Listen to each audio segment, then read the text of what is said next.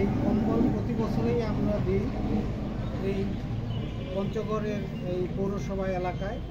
এবারও প্রতি বছরের মতো এবারও আমরা দিচ্ছি। এখানে 100 দিব এবং আরও 100 অন্যান্য জায়গায় দিব আর কি। তো যিনি আমাদের দেয়, আমাদের চ্যানেলের বার্তা পরিচালক,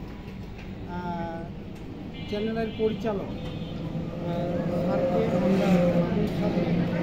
আমরা ধন্যবাদ জানাচ্ছি পঞ্চগড়ের পক্ষ থেকে। উনি ওনার একটা সংগঠন ট্রাইব ফাউন্ডেশন, এই স্বেচ্ছাসেবী সংগঠনের মাধ্যমে উনি হতদরিদ্রদের মাঝে প্রতি বছর শীতের সময় কম্বল এবং রোজার শেষে ঈদের আগে উনি খাদ্য সামগ্রী প্রতি বছরই দেন, মানে 200 করে লোককে পঞ্চগড়ের ওনার বরাদ্দ।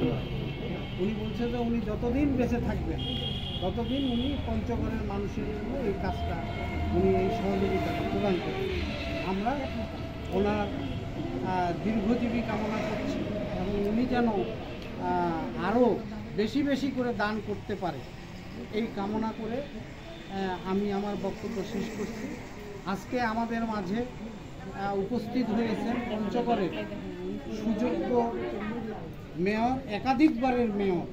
উনি চেয়ারম্যান ছিলেন, প্রথমে কমিশনার ছিলেন, কমিশনার থেকে চেয়ারম্যান পৌরসভার এবং চেয়ারম্যান থেকে মেয়র হয়েছেন একাধিকবার।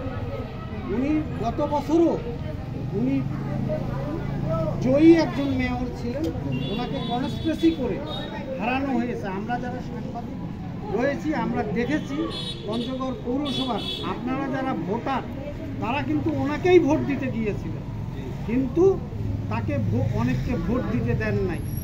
যখনই দেখছে যে এই লোকটা, এই মানুষটা, এই ভোটারটা মেয়র সাহেবকে ভোট দিবে, তখনই তাকে ভোট কেন্দ্র থেকে বাইর করে দেওয়া হয়েছে, রাস্তায় আটকানো হয়েছে এবং তাদেরকে মারধরও করা হয়েছে। এইভাবে তার জয়টা ছিনিয়ে নেওয়া হয়েছে।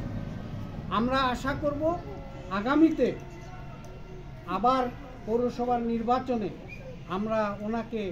আমরা মেয়র হিসাবে পাবো ইনশাল্লাহ।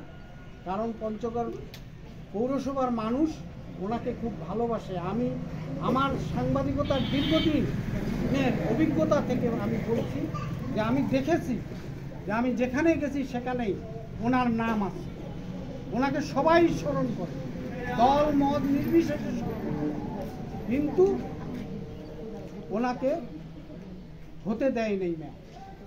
তাই আমি মনে করব যে উনি ভোটারের ভোট নিয়ে এবং স্বচ্ছ ভোটের মাধ্যমে উনি আগামীতে মেয়র নির্বাচিত হবেন এই আশা ব্যক্ত করছি। আমি ওনাকে আজকে আমরা দীর্ঘায়ু কামনা করছি, সুস্বাস্থ্য কামনা করছি, উনি যেন সুস্থ থাকেন, এই গরিব হতদরিদ্রদের মাঝে যেন এইভাবেই উনি সহযোগিতা করতে পারেন এবং আপনাদের যে পৌরবাসীর যে আকাঙ্ক্ষাগুলো সেগুলো যেন পূরণ করতে পারে এই কামনা করছি। আমি এবার ওনাকে জলিল ভাই কিছু বলবেন না, ওনাকে আমি 2-1টি কথা বলার জন্য আমি অনুরোধ করি। বিসমিল্লাহির রহমানির রহিম। প্রতি বছরের না এবার ওই চ্যানেলাই করছি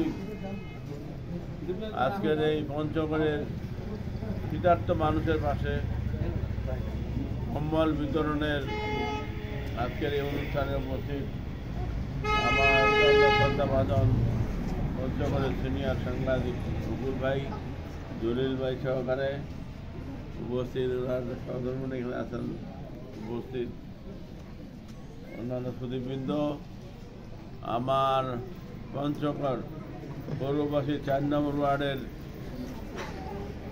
মুরব্বীবৃন্দ, লম্বা কথা বলার সুযোগ নেই।